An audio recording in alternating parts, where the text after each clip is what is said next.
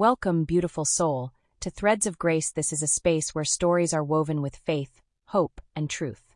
Here, we untangle the messy, the miraculous, and the in-between moments of life, and stitch them back together with grace.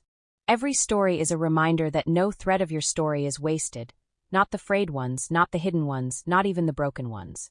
Whether you're listening in the quiet of the morning, on a long drive, or in the middle of a season where you're searching for clarity, you belong here. If you have not already done so, be sure to subscribe. You don't want to miss out on any story. Now, take a deep breath, settle in, and allow these threads to wrap around you. This is Threads of Grace, where faith meets story, and every life is beautifully stitched with purpose. Brooklyn Butler was not an extraordinary daughter, sister, or friend, but she was an extraordinary businesswoman who had accomplished a lot by the age of 25.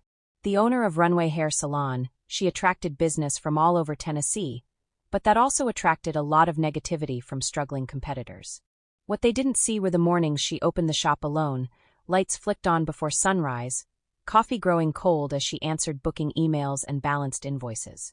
They didn't know about the nights she slept on the couch in the back room during her first year, too tired to drive home, but too determined to close her eyes before tomorrow's goals were written down. Brooklyn didn't inherit success. She wrestled it into existence, one client, one risk, one long day at a time. Runway Hair Salon wasn't just a place to get your hair done. It was a refuge. Women came in broken from divorces, job losses, betrayals, and left standing taller. Brooklyn listened more than she talked, her hands steady, her spirit guarded. She had learned early that excellence made noise, and noise attracted both applause and resentment. The whispers started quietly. She thinks she's better than everyone. Nobody that young should be doing that well. Online reviews turned sharp overnight. Vendors delayed shipments. Rumors floated through the industry like smoke, with no clear source but plenty of heat. Brooklyn noticed, of course. She always noticed. But instead of responding, she did what she always did, she worked. Still, success has a way of isolating you. Friends drifted when conversations turned transactional. Family admired her, but didn't always understand her silence. And love required time she didn't feel she could afford. Brooklyn told herself she was fine, that ambition was company enough, that peace would come later. But late one evening, as she locked the glass doors of Runway and stood alone under the buzzing streetlight, Brooklyn allowed herself a rare moment of honesty. Winning was lonely. Being exceptional came at a cost no one advertised. And for the first time since opening her doors, she wondered how long she could keep building without something, or someone, pulling her back to herself. She didn't know it yet, but the next chapter of her life wouldn't be written in profit margins or appointment books. It would be written in conflict, courage, and the kind of truth that forces even the strongest women to stop running and decide who they really are beyond their success. 2 nights before Thanksgiving, the city had gone quiet in that peculiar way it does when everyone is home preparing, turkeys thawing, tables being planned, families rehearsing small talk. Brooklyn was curled on her couch with her laptop balanced on her knees, halfway through approving holiday appointments when her phone rang. Unknown number. She almost ignored it. "Ms. Butler?" A man's voice, tight, urgent. "This is the fire department. Are you the owner of Runway Hair Salon on Jefferson?" Her stomach dropped before he finished the sentence. "There's been a fire." Brooklyn doesn't remember grabbing her keys. She doesn't remember the drive. Only the sirens ahead of her, red and blue cutting through the dark like warnings she was too late to heed. When she pulled up, Jefferson Street was lit like a crime scene. Yellow tape. Neighbors in coats. Smoke still curling into the cold alongside orange flames in the November air. She wished the thick, distorted, glowing to be just fog and the reflection of streetlights. But no, she knew this was not reflections. She saw true living and breathing flames lapping at every end of her building. Her foot hovered over the brake as her heart began to pound so loudly it drowned out everything else. Sirens wailed from every direction ahead, stretching and bending as if the night itself were crying out. The closer she got, the stronger the smell became, sharp, chemical, unmistakable. "Smoke." "No," she whispered, gripping the steering wheel. "No, please no." When she finally stopped, she didn't park so much as abandon the car. The driver's door slammed behind her as she stepped into chaos. Fire trucks lined the street, red lights spinning endlessly, washing the buildings in violent color. Neighbors stood frozen on sidewalks in coats and pajamas, hands over mouths, phones raised but trembling. And then she saw it. Runway Hair Salon. Her salon. Flames clawed up the side of the building like something alive, hungry, relentless. Fire poured through the front windows, shattering glass with sharp, echoing pops. Smoke rolled upward in thick black waves, swallowing the sign she'd saved months to afford. The same sign she used to stop and straighten every morning before unlocking the door. Brooklyn stood still. Too still. Her mind refused to accept what her eyes were seeing. This couldn't be right. Fires happened to other people. To abandoned places. To stories on the news. Not to the space where laughter lived. Where music played. Where she watched women cry in her chair and leave smiling. A firefighter rushed past her, boots splashing through water that spread across the pavement like spilled ink. A hose roared to life, spraying a violent stream into the blaze. Steam hissed as water hit heat, rising like ghosts escaping. "My salon," Brooklyn said louder this time, but no one heard her. She took a step forward, then another, until a hand caught her arm. "Ma'am, you can't go any closer." She looked down at the hand, then up at the man attached to it, as if confused by the interruption.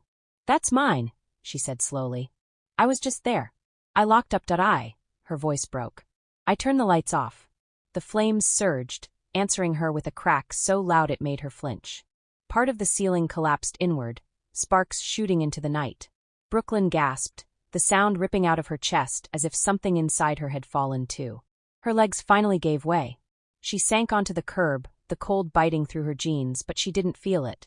All she could see were pieces of her life burning, chairs she assembled herself, shelves she painted by hand. The back room where she cried on opening day because only one client showed up. Smoke stung her eyes, but she didn't wipe the tears away. She watched. She had to watch. Because somewhere deep inside, beneath the shock and the fear and the rising ache of loss, Brooklyn understood something terrifying and true. Everything she had built was burning in front of her. The next day came too early, and with it more problems, more questions, more things exposed that Brooklyn wasn't ready to face. Morning light slipped through her blinds like an accusation. Brooklyn hadn't really slept. Every time she closed her eyes, she saw flames licking mirrors, heard glass popping, felt the heat against her skin. Her phone lay on her chest, heavy with unread notifications. She didn't need to open them to know what they said. She opened it anyway. Missed calls. Voicemails. Texts stacked on top of each other, stylists, clients, vendors, her landlord. And then the ones that made her stomach twist. Messages that weren't checking on her at all. "Did you hear what people are saying? Girl, they're already talking online. Please tell me this wasn't intentional." Brooklyn closed her eyes and whispered a small prayer. Brooklyn sat up slowly, the weight of it pressing down on her ribs. Overnight, sympathy had curdled into speculation. By 8 a.m., social media had done what the fire could not, it stripped her bare. Grainy videos of the blaze circulated with captions she didn't recognize as truth. Electrical? Insurance? Convenient timing before the holidays. Comments multiplied, some subtle, some cruel. People who had never met her suddenly knew her motives, her finances, her character. She scrolled until her hands shook, then tossed the phone onto the bed like it had burned her. The knock on the door came soon after. 2 men stood outside, one from the insurance company, the other from the fire marshal's office. Their faces were professional, careful, already guarded. "Ms. Butler," one said, notebook in hand. "We need to ask you a few questions." They stepped inside, and suddenly her apartment felt smaller, colder. Brooklyn answered everything plainly about the wiring, the equipment, the closing routine. She told the truth because it was all she had. Still, she could feel the shift when she mentioned recent upgrades, the policy increase she'd taken out 6 months earlier. Pens paused. Eyes lifted. "Just standard procedure," they assured her. But procedure felt a lot like suspicion. Later, she drove past the salon in daylight, something she hadn't been ready to do until now. In the sun, the damage looked worse. Less dramatic. More final. The building stood open and wounded, its insides exposed for anyone to judge. Her sign was gone. The windows boarded. Yellow tape flapped in the breeze like a warning she hadn't earned. A woman across the street recognized her. She hesitated, then crossed over. "I'm sorry, Brooklyn," she said softly. "But folks are wondering. You know, with all the competition you got." Brooklyn nodded, because what else could she do? Defending herself felt pointless when doubt had already planted roots. "Be still before the Lord and wait patiently for him. Fret not yourself over the one who prospers in his way." Brooklyn recited the psalm quietly to herself. By noon she sat alone again, surrounded by paperwork, coffee gone cold, stomach empty. She realized the fire hadn't just taken her salon, it had exposed every fault line in her life.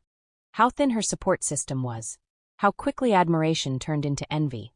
How success made people assume guilt the moment something went wrong. And the hardest truth of all surfaced quietly, painfully. For years, Brooklyn had been prepared for growth. She had never prepared for loss. Outside, Thanksgiving decorations were up.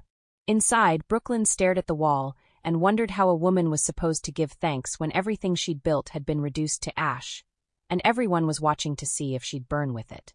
The first hint that this devastating act was not an accident at all, but a deliberate attack came quietly, cruelly, through an email on Thanksgiving Day. Brooklyn hadn't planned to check her inbox. She was sitting on the edge of her bed, dressed but unmoved, listening to the muffled sounds of other people's gratitude drifting through the walls of her apartment. Laughter. Dishes clinking. Life continuing without her permission. Her phone buzzed once, face down on the nightstand. She ignored it. Then it buzzed again.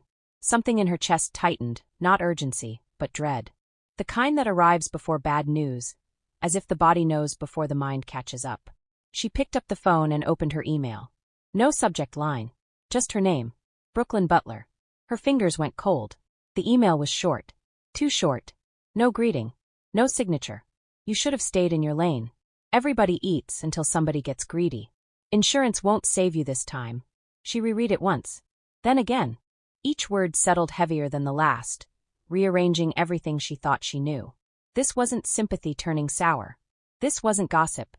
This was intent. Her breathing grew shallow. The room felt suddenly exposed, like the walls had ears. She scrolled down, hoping, foolishly, for a clue, a mistake, something to make it less real. There was nothing. No name. No location. Just a burner email address and malice sharp enough to cut. Her phone slipped from her hand and landed softly on the carpet.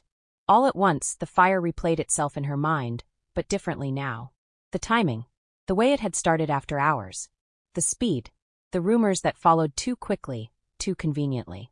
What she once labeled as jealousy now rearranged itself into something far darker. This wasn't an accident. Someone had watched her. Waited. Decided. Brooklyn pressed her palm against her mouth as a sob escaped, not loud, not dramatic, but raw. Thanksgiving. A day meant for warmth and safety. And here she was, realizing that her success hadn't just made her lonely. It had made her a target. She stood and locked her door, then checked it twice. The silence in her apartment felt louder than the sirens had days before. Outside, someone cheered. Inside, Brooklyn Butler finally understood the truth no one warns ambitious women about. Sometimes they don't just want to see you fail. Sometimes they want to burn you down. And whoever sent that email wasn't finished. Not by a long shot. Thanksgiving dinner was a blur to her. Brooklyn sat at the table surrounded by a few family members and one close friend. The room warm with the smell of roasted turkey, candied yams, and something sweet she couldn't bring herself to taste. Plates were passed. Grace was said. Laughter rose and fell like a familiar song she no longer knew the words to. She smiled when expected, nodded at the right moments, folded her hands in her lap to keep them from trembling. Eat, Brooklyn, her aunt whispered gently, nudging her plate closer. You need your strength. She took a bite, chewed mechanically, swallowed without tasting a thing. Her mind wasn't there. It was back on Jefferson Street, smoke curling into the sky, or staring at her phone screen. Those words burned into her memory far deeper than the fire ever could. You should have stayed in your lane. Every clink of silverware sounded too sharp. Every burst of laughter felt undeserved. Her friend reached across the table and squeezed her hand. I'm really glad you came, she said softly.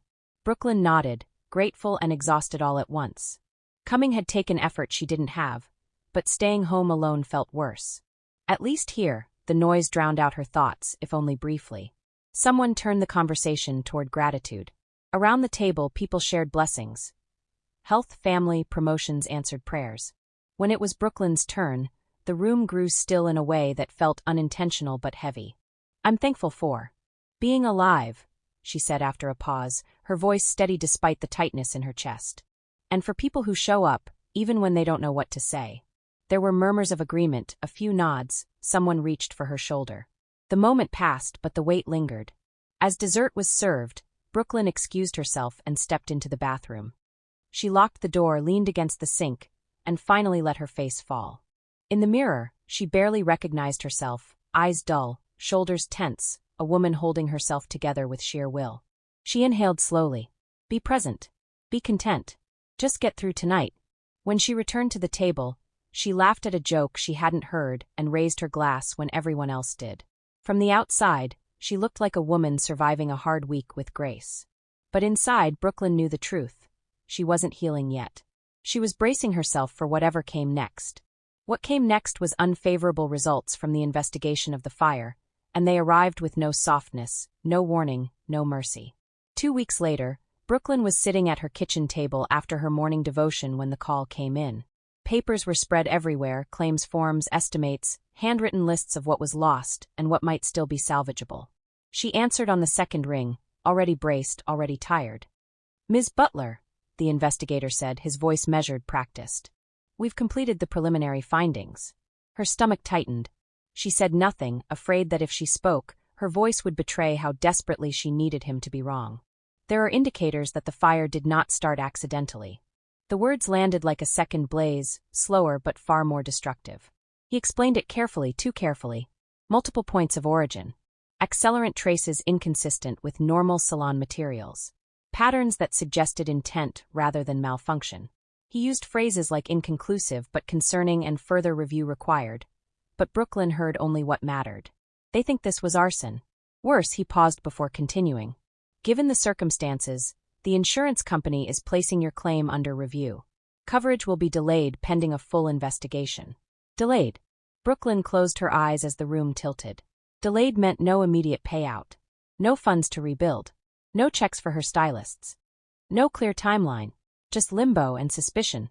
After the call ended, she sat frozen, phone still pressed to her ear, listening to the silence. This was the part no one warned her about. Not the fire. Not the rumors. But the way systems designed to protect you slowly turn their backs when doubt enters the room. Within days, the fallout multiplied. Her landlord sent a formal notice citing unresolved liability. Vendors requested payment on outstanding balances. 2 stylists, apologetic and tearful, told her they'd accepted temporary positions elsewhere. They couldn't afford to wait. And then came the unspoken shift, the looks. The tone. Conversations that stopped when she walked into a room. Sympathy replaced with distance, as if proximity itself carried risk. Brooklyn became a woman people whispered about instead of spoke to. But from her early years as a child she had learned to commit her way to the Lord so that he could direct her path. At night, she replayed every detail of her success, searching for the moment she might have made herself a target. Every disagreement, every competitor she'd outpaced, every smile that didn't reach someone's eyes. The email returned to her mind again and again, no longer vague, no longer theoretical. Someone hadn't just wanted her business gone. They wanted her credibility destroyed. And the most devastating realization settled in slowly, like ash after the flames had died. Even if the truth came out, the damage was already done. Her salon was gone. Her reputation was fractured. And now, the very fire meant to silence her had put her life under a microscope she never asked for. Brooklyn Butler had built her success from nothing. Now she stood in the aftermath, forced to decide whether she would let suspicion finish what the fire started. Or whether she would survive this too, even if it meant becoming someone harder, sharper, and far less trusting than the woman she'd been before the flames. Brooklyn had a little money saved, but not enough to waste, not enough to gamble. Every dollar represented sacrifice. Late nights, skipped vacations, months of choosing the business over comfort. Now, with her livelihood reduced to ash and her reputation under scrutiny, she knew this wasn't the time for emotional decisions. It was time for strategy. She sat at her kitchen table long after midnight, a single lamp on, notebook open. She listed options the way she always had when things felt out of control. Rebuild immediately. Lease a chair somewhere else. Go mobile. Walk away for a while. Each idea had merit, but every one of them depended on something she didn't have yet, clarity. Because none of it mattered if someone was still out there. The email from Thanksgiving Day sat open on her laptop, its words burned into her memory. She read it again, slower this time. Not as a victim, but as a businesswoman trained to look for patterns. The language wasn't random. It wasn't impulsive. Whoever wrote it knew the industry. Stay in your lane. Everybody eats until somebody gets greedy. That wasn't just anger, it was territorial. Competitive. Personal. And the timing wasn't coincidence. If she could identify who sent that email, she might be able to unravel everything else, the fire, the rumors, the quiet satisfaction she imagined settling over certain faces. Proof wouldn't just clear her name. It could shift the investigation entirely. Arson wasn't just a theory if there was motive. And motive lived in people.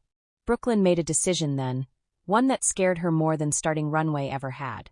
She wouldn't pour her savings into rebuilding walls yet. She would invest in the truth. She reached out to a private investigator the next morning, a woman recommended quietly through a friend of a friend, someone who understood discretion, digital trails, and the kind of envy that turned dangerous. The consultation wasn't cheap. Brooklyn hesitated only a moment before saying yes. "Find out who sent the email," she said steadily. "Everything starts there." When the call ended, she felt something unfamiliar settle in her chest, not peace but purpose. For weeks, everything had been taken from her. Control, certainty, security. This was her first move forward. Brooklyn didn't know yet what the investigation would uncover, or who would be exposed in the process. But she understood one thing with absolute clarity. Whoever tried to erase her had underestimated her. And that was going to be their biggest mistake.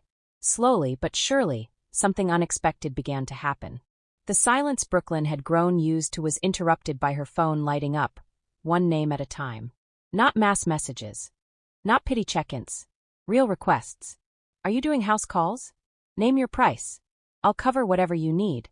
Faithful customers, women who had sat in her chair for years, who knew the difference between convenience and craftsmanship, missed her artistic, meticulous touch.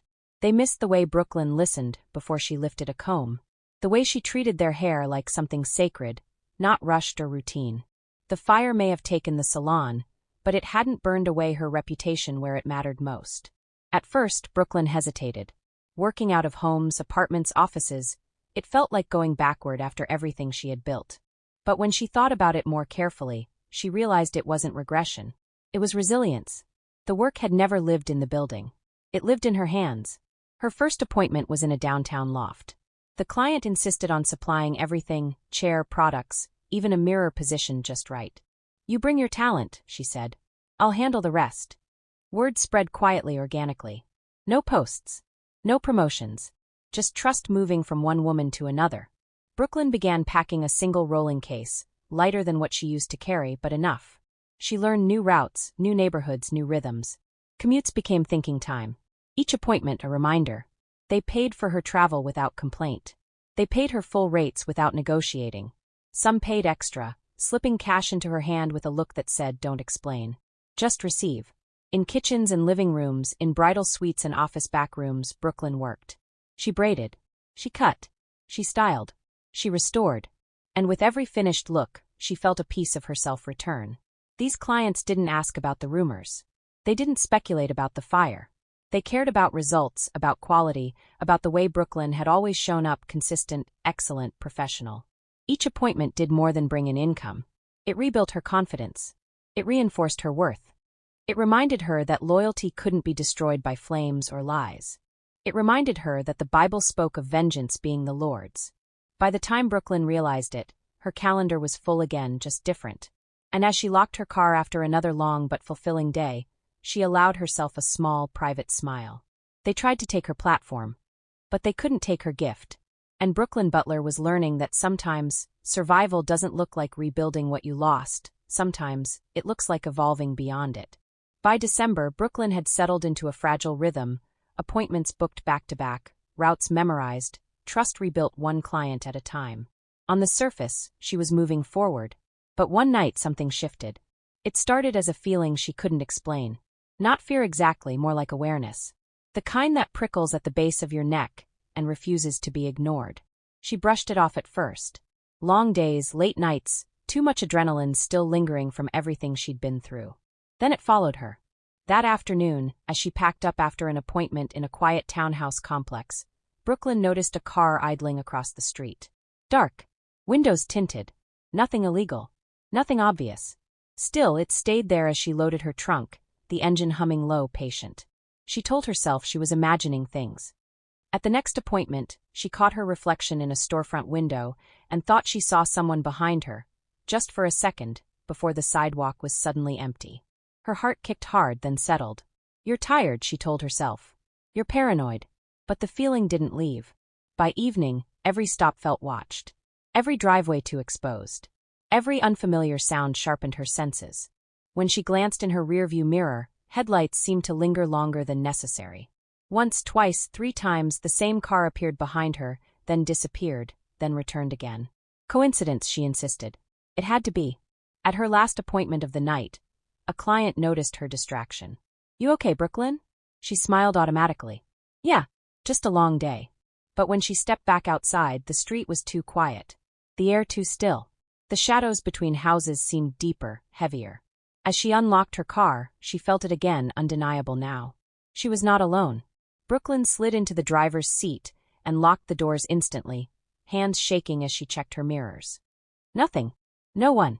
Just her reflection staring back, eyes wide, pulse racing. She didn't drive home right away. Instead, she circled the block. Then another. She changed routes, doubled back, tested the streets the way her investigator had advised, notice patterns. Trust your instincts. That's when she saw it.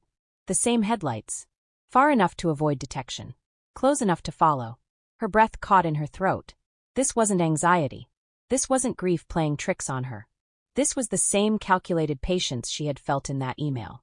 The same presence that waited in silence before striking. Someone was watching her. Someone who knew her schedule. Her clients.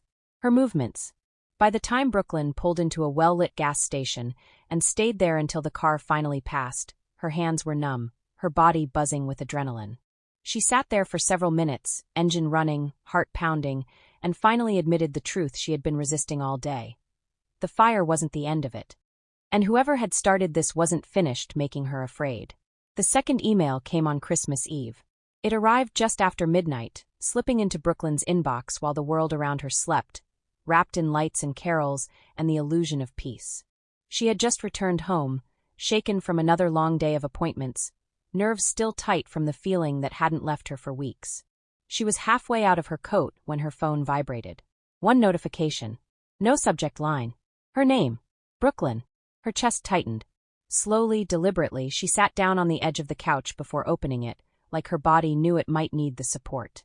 The message was longer this time. "You're stubborn. Most people would have taken the hint by now. You lost the shop. That should have been enough." Her eyes scanned the words, heart pounding louder with each line. "But you keep moving. House calls. Private clients. Quiet money. You really think nobody sees you?" Her breath caught. This wasn't a threat wrapped in bravado anymore. This was surveillance. Confirmation of everything she'd felt in her bones all month. The final lines were the cruelest. "Christmas is about family. Be careful driving home." No signature. No explanation. Just the implication, sharp, deliberate, unmistakable. Brooklyn dropped the phone onto the cushion beside her, as if it might burn through the fabric. Her apartment felt suddenly too open, every corner exposed. She stood and locked the door, then checked the windows, then locked the door again for good measure and began to pray. Her hands shook as she picked the phone back up and forwarded the email to the investigator. Then, without hesitation, she called the police. This time, she didn't downplay it. She didn't soften the language. She didn't apologize for being afraid. "This isn't harassment anymore," she said, voice steady despite the fear flooding her chest. "Someone is watching me, and I think they're escalating." Outside, Christmas lights blinked cheerfully along the neighboring buildings. Somewhere nearby, a radio played a familiar hymn about peace on earth. Inside, Brooklyn sat in the glow of her phone's screen, realizing that whoever was behind this didn't just want her business gone. They wanted control. They wanted to remind her that survival came with conditions. But as fear pressed in, something else rose alongside it, resolve, hard and unyielding. Brooklyn Butler had rebuilt herself, once already in the ashes. And if this was a war of patience, intimidation, and endurance, she was no longer unprepared. The investigator came to meet with her 2 days after Christmas, with alarm written plainly across her face, and a manila folder clutched too tightly in her hand. They met at a small cafe Brooklyn rarely visited, the kind of place that stayed busy enough to offer anonymity, but quiet enough for serious conversation. Brooklyn arrived early and chose a table near the window, back against the wall. She'd learned to do that now. Watch entrances. Track reflections. Control what she could. When the investigator walked in, she scanned the room before spotting Brooklyn. She didn't smile. That was the first sign. "Tell me what you found," Brooklyn said as soon as they sat down. The investigator exhaled slowly, as if weighing how much truth could be delivered at once. I need you to listen carefully, she said. And I need you not to panic. Brooklyn's jaw tightened. That's not comforting. I know, the woman replied gently. But what I have is concerning. She slid the folder across the table and opened it halfway, shielding its contents from prying eyes. Inside were printouts, IP logs, screenshots, timelines. Brooklyn recognized the Thanksgiving email immediately. Then the Christmas Eve one. Side by side. Annotated. They didn't come from the same device, the investigator said, tapping the pages. But they did originate from the same network cluster. Burner emails, yes, but whoever this is understands how to stay hidden just enough without being invisible. Brooklyn swallowed. So you can't trace them? I can narrow them, she said. And I have. She flipped the page. Names. Businesses. Connections. People Brooklyn knew. Her pulse spiked. She stopped herself. That's impossible. It's not, the investigator said calmly. The language in the emails points to industry familiarity. Territory language. Competition resentment. And the fire Brooklyn, the accelerant used isn't something you pick up randomly. It's something you'd know about if you'd spent time in or around salons, supply spaces, or commercial buildings. Brooklyn's hands curled into fists beneath the table. There's more, the investigator added quietly. She slid over a photograph, grainy, taken from a distance. Brooklyn's stomach dropped. That's my car, she whispered. Yes, the investigator said. Taken 3 nights ago. Outside your last appointment. The cafe noise faded. Brooklyn felt the table beneath her hands, solid and real, anchoring her as the world tilted. They've been following me, she said. It wasn't a question. Yes, the investigator confirmed. Not constantly, but deliberately. Enough to remind you they can. A long silence stretched between them. Who? Brooklyn finally asked. Tell me who. The investigator hesitated. I'm not ready to say names without law enforcement looped in fully. But I will tell you this, it's not one person acting alone. And it's not random. Brooklyn leaned back, breath slow and controlled. Fear was there, yes, but something sharper had taken its place. This didn't start with the fire, Brooklyn said quietly. No, the investigator agreed. The fire was escalation. Brooklyn looked out the window, watching people pass by with shopping bags and leftover holiday cheer, unaware of the danger threading quietly beneath ordinary life. What do I do now? She asked. The investigator met her gaze, serious and unflinching. You stop moving alone. You document everything. And you prepare yourself because once people realize you're not backing down, they either retreat. She paused. Or they make a mistake. Brooklyn nodded slowly. For the first time since the fire, since the emails, since the shadows and headlights and threats disguised as warnings, she felt something solid form inside her. They had tried to scare her into silence. Instead, they had given her clarity. And whoever was behind this was running out of time. In the meantime, Brooklyn adjusted her life with the same quiet precision she once reserved for her craft. She took fewer clients at night, only those she trusted completely, and whenever possible, she invited a friend or a cousin to accompany her. Sometimes they sat in the waiting area of a home. Other times they stayed close by in the car, pretending to scroll while actually watching. Brooklyn never explained too much. The people who loved her didn't need details to understand caution. She became deliberate about everything. Routes changed daily. Appointments were staggered. Locations were double-checked. And when the feeling returned, that familiar pressure of being watched, she no longer brushed it off. She reported suspicious car trailings every time. Once, late one evening, she noticed the same vehicle she'd seen before, dark, unassuming, always just far enough back, merge behind her again. Her heart thudded, but she didn't panic.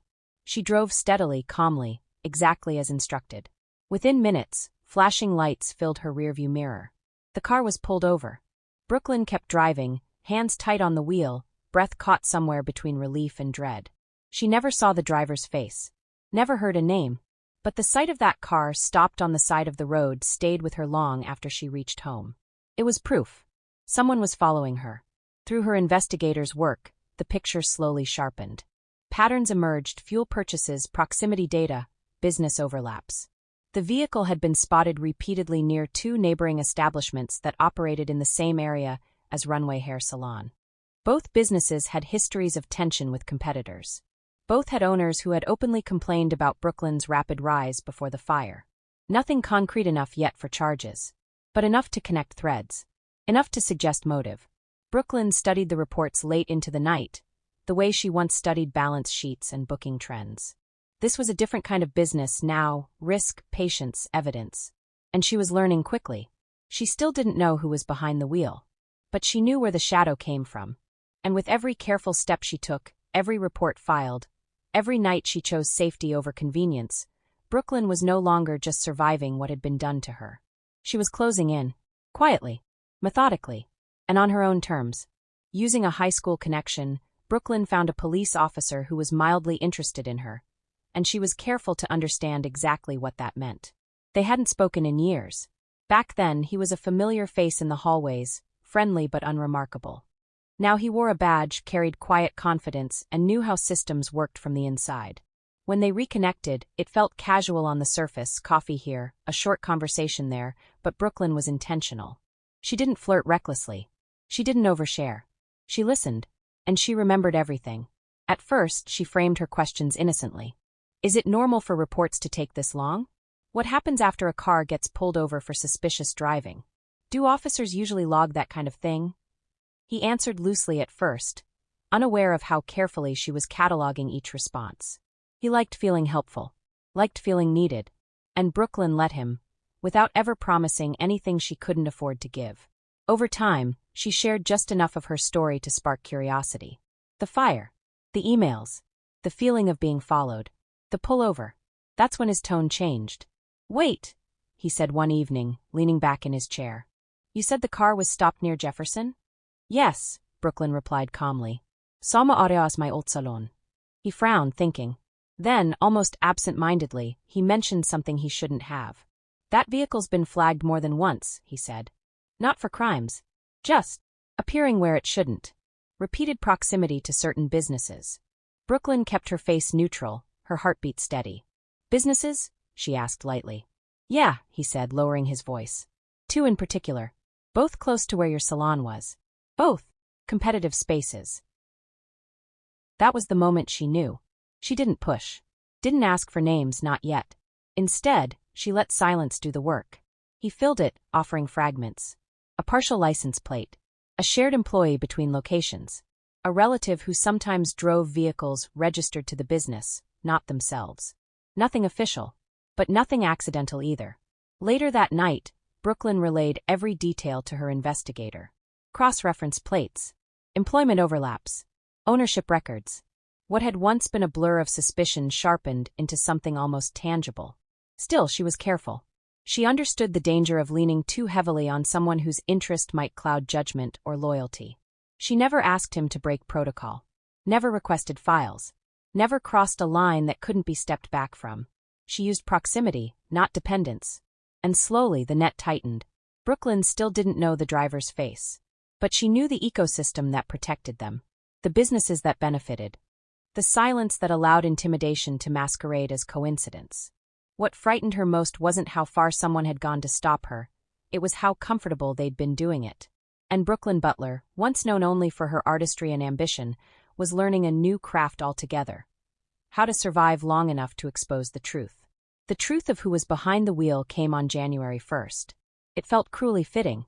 Brooklyn's life, it seemed, had been marked by holidays during this season, Thanksgiving flames, Christmas threats, and now, on the first day of a new year, revelation.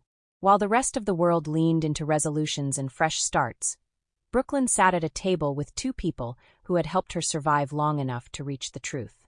Her investigator laid the final report out carefully, page by page, as if respecting the weight of what it contained. The police officer, no longer just a familiar face or casual confidant, stood nearby, arms crossed, expression sober. This wasn't curiosity anymore. This was confirmation. It's her, the investigator said plainly. There's no ambiguity left. The name landed heavy in the room. Alexa Barr. 40 years old. Calculated. Established. A woman who owned 3 businesses within a few miles of Runway Hair Salon. On paper, everything about Alexa looked successful: polished storefronts, steady foot traffic, curated social media pages that spoke of prosperity and professionalism. But paper, Brooklyn had learned, lied easily. Beneath the surface, the cracks told a different story. Declining profits masked by loans. Quiet disputes with vendors. Employees cycling in and out too quickly. A pattern of resentment toward newer competitors who attracted younger, more loyal clientele. Brooklyn. Vehicle registrations tied back to one of Alexa's businesses. Surveillance footage placing the car near all 3 locations on different nights. Fuel receipts that matched the dates Brooklyn had reported being followed. And finally, the detail that sealed it, a digital breadcrumb linking the burner email network to a shared Wi-Fi extender registered under Alexa's commercial accounts. Alexa Barr had been behind the wheel. Not a faceless stranger. Not a random threat. But a woman who smiled publicly, competed quietly, and burned privately with the kind of envy that didn't fade, it festered. What's worse, the investigator added, is that she didn't act out of desperation. She acted out of entitlement. Brooklyn absorbed that in silence. Alexa hadn't been failing. She had been threatened. Threatened by Brooklyn's youth, her talent, her rapid rise. Threatened by the way customers followed quality instead of loyalty to the old guard. The fire hadn't been about survival, it had been about control. About sending a message. About reminding Brooklyn that success had consequences when it belonged to the wrong woman. Brooklyn felt something settle inside her, not relief, not victory, but clarity. All this time she had questioned herself. Wondered if she had imagined the danger, exaggerated the fear, misunderstood the malice. Now she knew. Her instincts had been right from the beginning. What happens next? Brooklyn asked quietly. The officer met her gaze. Now we proceed carefully. Legally. Methodically. Brooklyn nodded. She had learned the value of patience. Outside, fireworks from the night before still littered the streets, spent sparks from celebrations already over. Brooklyn stood, gathering her coat, her resolve firm. A new year had arrived. And for the first time since the fire, Brooklyn Butler wasn't guessing anymore. She knew who had tried to destroy her. And knowing the truth was the most dangerous and powerful position she had occupied yet. Moving in methodically and legally meant one thing above all else. Proof that could not be argued away. Suspicion, patterns, even circumstantial evidence would never be enough for the insurance company or the courts. What they needed was confirmation of Alexa Barr's involvement, captured in her own words. Audio. Writing. Something voluntary. Something undeniable. Brooklyn understood this immediately. This wasn't about confrontation. It was about patience. At the investigator's direction, everything slowed down. Brooklyn stopped making sudden changes. She kept her schedule predictable again, not reckless, but visible. She let the illusion form that fear had faded, that life was stabilizing, that she was simply trying to move on. People like Alexa grew careless when they believed they had won. Meanwhile, the investigator began applying pressure in quieter ways. An insurance inquiry was formally reopened, this time with pointed questions. Requests for documentation went out to neighboring businesses regarding after-hours access, shared utilities, and recent renovations. Nothing accusatory. Just routine. Just enough to make someone nervous. Brooklyn herself became part of the plan, though never without protection or preparation. She reached out carefully, professionally, to Alexa under the guise of business civility. A brief message. Neutral. Polite. She referenced the fire, the losses, the difficulty of rebuilding. Nothing emotional. Nothing blaming. Alexa responded. That alone was significant. Her tone was syrupy, sympathetic, almost eager. So sorry this happened to you. Such a shame. This industry can be so cutthroat. The investigator read every word twice, circling phrases, noting defensiveness disguised as kindness. Then came the pivot. Brooklyn mentioned the insurance investigation, how complicated it had become, how they were asking about competitors, about motive, about threats. She added, almost as an afterthought, that they were looking into emails and surveillance now. That they were very thorough. The reply didn't come immediately. When it did, it was longer. Too long. Alexa wrote about jealousy in the industry. About how people did things they regretted when threatened. About how fires didn't always start the way reports said they did. She warned Brooklyn subtly that pushing too hard could open doors best left closed. The investigator's eyes lifted slowly from the screen. That, she said, tapping the message, is fear talking. From there, the strategy tightened. The moment came smaller than anyone expected. Brooklyn was on the phone with Alexa under the investigator's guidance, the call recorded with full legal consent. The conversation began innocently enough, industry talk, shared frustrations, a mutual performance of professionalism. Alexa sounded relaxed, almost relieved. She believed the danger had passed. Believed Brooklyn was simply another woman licking her wounds. You know how this business is, Alexa said with a tired laugh. People get desperate. Things spiral. Brooklyn stayed quiet. Silence had become her sharpest tool. Alexa continued, filling the space. I mean, nobody plans for it to turn into what it did. There it was. The investigator's pen stilled. Brooklyn's breath caught, but she kept her voice even. What do you mean? Alexa paused. Just a beat too long. I mean, she said quickly, backpedaling already. Situations. Rumors. Fires get exaggerated. People talk. But the damage was done. Brooklyn didn't respond. She let the pause stretch, heavy and exposing. On the other end of the line, Alexa grew uneasy. Her words began to pile up, frantic now. I'm just saying, things don't always happen the way reports say they do. That's all. You can't believe everything. Her voice shifted, sharper, defensive. I didn't say I did anything. Brooklyn's heart pounded, but she stayed silent. That silence was unbearable. Alexa exhaled hard. Look, if someone did do something, it wasn't supposed to go that far. It was supposed to be a warning. Just enough to scare you. The line went dead quiet. Then panic. No, wait. Alexa rushed, words tumbling. That's not what I meant. I'm speaking hypothetically. You know how people talk. I didn't mean anything like that. Too late. Her voice had changed. The casual confidence was gone, replaced with realization dawning in real time. Brooklyn, Alexa said carefully now. This is just between us, right? Brooklyn finally spoke, her voice steady, controlled. You've said enough. There was a sharp inhale on the other end. I didn't confess to anything, Alexa insisted. You can't twist my words. I didn't say names. I didn't say dates. I didn't say. But her urgency betrayed her. She knew. The investigator ended the recording cleanly, labeling the file, timestamping every second. The audio captured Alexa's shift from ease to fear, from implication to denial. Not a forced admission. An accidental one. The kind that juries understood. The kind insurance companies didn't ignore. Later, when Alexa attempted to retract her statements in writing, claiming misunderstanding, exaggeration, emotional language, the effort only strengthened the case. Her retraction confirmed awareness. Her panic confirmed guilt. Brooklyn listened to the recording once, then closed her laptop. Alexa Barr had spent months watching, threatening, controlling the narrative. In the end, she had undone herself with a single careless sentence, and the realization, arriving too late, that Brooklyn Butler had never needed to trap her. She had only needed to let Alexa talk. The room was quiet when the recording stopped. Not peaceful, just still, like the moment after something irreversible has happened. Brooklyn sat at the small desk in the investigator's office, hands folded tightly in her lap, eyes fixed on the blank laptop screen. The last echo of Alexa's voice still seemed to hang in the air. It wasn't supposed to go that far. A sentence that refused to soften no matter how many times Brooklyn replayed it in her mind. The investigator was the first to move. She closed the laptop slowly, deliberately, as if sealing something alive inside. That, she said evenly, is an accidental confession. Brooklyn swallowed. Her throat felt dry, raw. She knew it the second she said it. Yes, the investigator replied. You could hear it. The panic didn't come from being misunderstood. It came from realizing she'd told the truth out loud. Across the room, the police officer leaned against the wall, arms crossed, jaw tight. He hadn't spoken since the call ended. When he finally did, his voice was stripped of anything personal. She tried to take it back because she knew the line had been crossed, he said. That pause, right before she started explaining? That's the moment she realized it was recorded. Brooklyn closed her eyes briefly. For weeks, she had imagined this moment differently. Louder.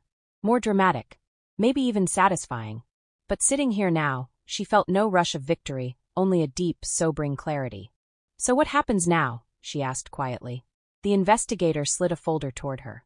Inside were transcripts already being prepared, timestamps highlighted, key phrases circled in red. Now, she said, we move forward. Insurance gets this immediately. Law enforcement escalates. And Alexa Barr no longer controls the story. Brooklyn let out a slow breath she hadn't realized she'd been holding. Outside the window, the afternoon moved on, cars passing, people laughing, the world unaware that something had shifted. Alexa Barr was probably somewhere right now, staring at her phone, replaying the call in her head, trying to convince herself that words could be unspoken. Brooklyn stood, gathering her coat. What if she comes after me again? She asked, not with fear, but practicality. The officer met her eyes. She won't, he said firmly. People like her rely on secrecy. Once the truth is documented, they retreat. And if she doesn't, she won't be doing it quietly anymore. Brooklyn nodded. As she stepped out into the cold air, she felt different, not lighter, exactly, but steadier.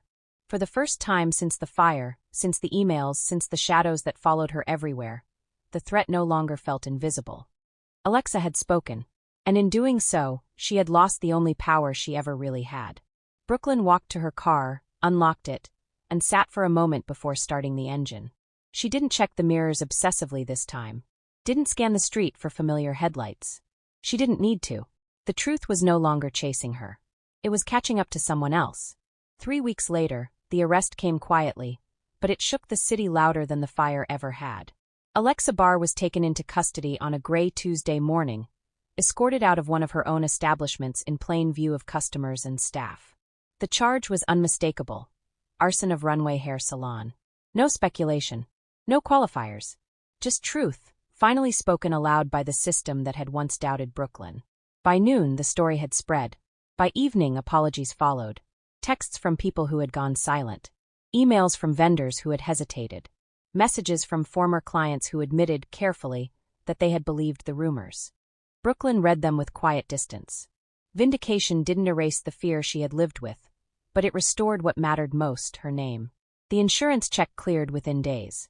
Not delayed. Not questioned. Cleared. Brooklyn moved quickly. Rebuilding began almost immediately. Architects walked the space. Designers listened as Brooklyn spoke about light, flow, and intention. Runway would return larger and stronger, not just repaired but reimagined. What had once been grand would now be elevated. As the truth settled, love from the community poured in. Clients rebooked. Local businesses offered support. Stylists asked when applications would reopen. Brooklyn received it all without shrinking, understanding now that community, when awakened, could be powerful. Then she made her boldest move yet. 2 of Alexa Barr's salons, once polished, now quietly failing, became available through court proceedings. Brooklyn didn't hesitate. She purchased both locations herself, folding them into the Runway brand. What had once symbolized intimidation and control, she reclaimed as expansion. She called in her 2 lead stylists, the women who had stood beside her through the fire, the rumors, the rebuilding. Brooklyn offered them elevated roles as salon managers at the new locations. Leadership, authority, and trust, without relinquishing ownership. They would run day-to-day operations, build teams, and shape culture, backed by Brooklyn's vision and support. By the time Brooklyn turned 26, her reality had shifted. She was no longer just a salon owner. God had now allowed her to become one of the youngest of franchise owners in her county. Standing in the flagship Runway salon as mirrors gleamed and chairs filled once again, Brooklyn watched her brand move through 3 locations, alive, respected, and rooted in resilience. The fire that was meant to end her had instead multiplied her reach. At 25, she built success. At 26, she claimed it on her own terms. By the 4th of July, Brooklyn had a lot to celebrate. Not only the independence of her country, but her own. Financial independence had arrived in a way she never could have imagined, born from the ashes of a malicious act meant to destroy her. What was intended to end her career had instead secured it. 3 thriving salons. A brand stronger than before. A future no longer fragile. As fireworks began popping across the city, Brooklyn stood in her apartment doorway, smoothing her sundress, pausing long enough to acknowledge how far she had come. 6 months earlier, she had been locking doors in fear. Now she was choosing joy. The knock came right on time. Officer James stood there, casual but polished, a faint smile tugging at his mouth. He wasn't in uniform, just a crisp button-down, sleeves rolled, confidence understated. This was their 4th date, and though nothing had been labeled, something had quietly settled between them. Comfort, trust, curiosity. "You look good," he said, meaning more than the dress. "Thank you," Brooklyn replied, stepping out and locking the door behind her without hesitation. A small but meaningful victory. As they drove, James told her about his family's annual cookout, loud, warm, unapologetically close-knit. Bringing someone new wasn't something he did lightly. The invitation itself spoke volumes. "I figured," he added, glancing at her, "if I'm going to do this, I should do it right." Brooklyn smiled, feeling something open gently in her chest. Not rush. Not fear. Just possibility. At the cookout, laughter filled the yard. Children ran with sparklers. Music hummed from a speaker that had seen better days. James introduced her simply. "This is Brooklyn. No titles. No explanations. And somehow that felt right. She fit easily into the evening, compliments on her food, questions about her business, easy conversation that didn't probe for pain or scandal. No one asked about fires or arrests. They asked about plans. About dreams. As night fell and fireworks lit the sky, James stood beside her, close enough to be felt but not pressed. The bursts of color reflected in her eyes, and for the first time in a long while, Brooklyn didn't brace herself for the next shoe to drop. She leaned into the moment. Independence had many meanings, she realized. Safety, stability, choice, and sometimes the freedom to let someone stand beside you without fear. As the crowd cheered and the sky exploded in light, Brooklyn allowed herself to believe something new. Her life wasn't just rebuilt. It was beginning. Thank you for listening and for sharing this moment with me. Stories live longer when they're heard, felt, and carried forward, and I'm grateful you stayed until the end. If this story spoke to you, sit with it and let it say what it needs to say. You were meant to hear this, and I'm grateful you stayed. Now, share your gratitude in the comments. I'll be waiting, and be sure to come back for another Christian-based story soon. Thank you for spending time with us today on Threads of Grace. If a specific part of today's story resonated with you, I'd love to hear it. Leave a comment with your thread of the day. To make sure you never miss a page in this story-loving community we're building, please hit like and subscribe. And if you found value here, sharing this story with one friend is the greatest way to help our community grow. Until next time, walk in grace.